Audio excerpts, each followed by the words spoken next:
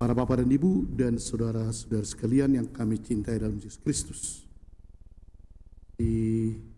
Ingat 3 tahun yang lalu ya, ada rombongan dari Vietnam, calon-calon Frater Kapusin, di sini mereka tinggal. Kami masih di Catholic Center ini.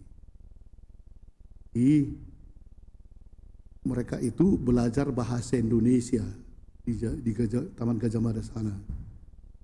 Dan kemudian yang kedua, akhirnya mereka belajar dengan guru-guru di sini. Tapi melihat, ya apalah dulu yang membuat orang ini Katolik. Dan kalau kita dengarkan tadi kisah martir Andrea Dunglak dan kawan-kawannya, sebenarnya tak ada lagi harapan bahwa iman berkembang di sana. Dibunuh semua ya, tahun 1820-an dibunuh. Tapi tak bagaimana akhirnya sekarang agama yang paling besar, karena negara komunisnya Vietnam ya. Tapi agama yang paling besar di situ adalah Katolik. Banyak sekali paroki, walaupun tetap kalau berkhotbah atau khotbah selalu harus diberikan kepada pemerintah khotbahnya. Dan selalu ada polisi di dalam gereja itu untuk mengawasi. Dan kita sudah membuka di sana cabang Kapusin dari Medan. Karena sekarang ada 3 orang saudara kita mendidik para postulan dan novis. Dan mungkin 8 tahun lagi sudah ada pastor-pastor Kapusin Vietnam yang sedang belajar sekarang di Sinaksak dan di Parapat. Luar biasa perkembangan. Itulah rupanya kerajaan Allah.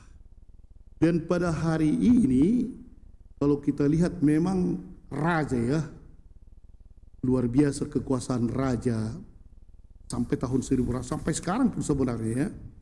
Dan kalau kita lihat raja yang menggantikan raja Nebukadnezar akhirnya runtuh dan digantikan oleh Belsyazar ini suka-sukanya, memang namanya raja ya.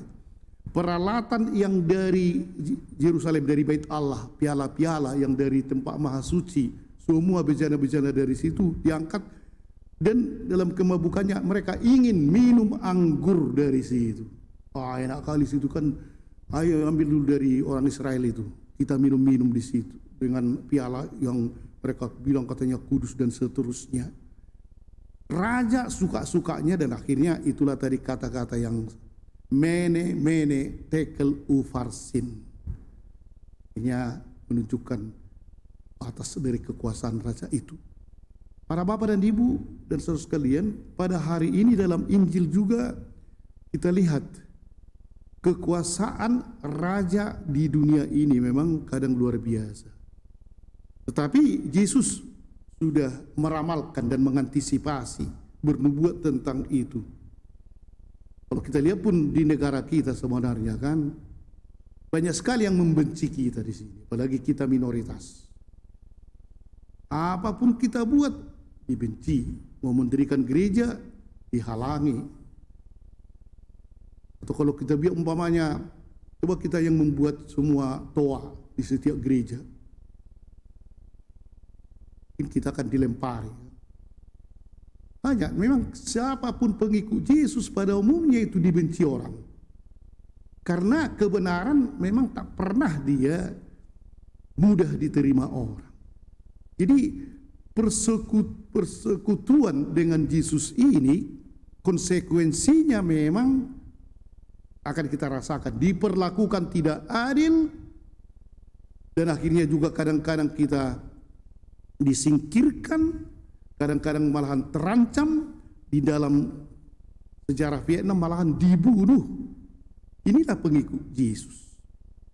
Tapi disitulah Yesus mengatakan, waktu kita disesak, waktu kita dipinggirkan, disitulah kesempatan Anda memberi kesaksian. Ketika terbunuh 117 orang di Vietnam itu kesaksian yang luar biasa, dan karena itu malahan menjadi berkembang gereja di Vietnam. Tapi siapakah berani memberi kesaksiannya? Kalau kesaksian dalam arti tidak terbunuh masih beranilah, tapi sampai dibunuh. Tapi Tuhan mengatakan tidak sehelai pun rambut kepalamu akan hilang. Kalau kalian tetap bertahan, kalian akan memperoleh hidupmu. Hidup inilah, kadang kita berpikir hidup kita dunia, bukan dunia yang akan datang. Dan disitulah kita akhirnya banyak yang tunduk kepada dunia ini. Dan pada hari ini itulah yang dikatakan oleh Tuhan. Bagaimanapun ketika Anda mengikuti Kristus, siaplah untuk disesah, diperlakukan tidak adil, kadang disingkirkan. Malahan dikatakan orang tuamu pun akan memusuhi kau, ya, keluargamu dan sahabat-sahabatmu akan menyerahkan kau kepada penguasa-penguasa. Tapi pada hari ini mungkin tidak setragis itulah. Namun untuk membuktikan, memberikan kesaksian, memang bagaimanapun siaplah kita untuk menderita. Kalau orang tidak mau memberikan kesaksian memang enak juga kan, diam-diam kita kenapa banyak kan. Tapi kalau orang yang mau memberikan kesaksian tentang kebenaran pengikut Kristus, siaplah kita. Tetapi Tuhan akan memberikan upah dan balasan sampai dikatakan hidupmu akan tetap kujaga dan kuselamatkan.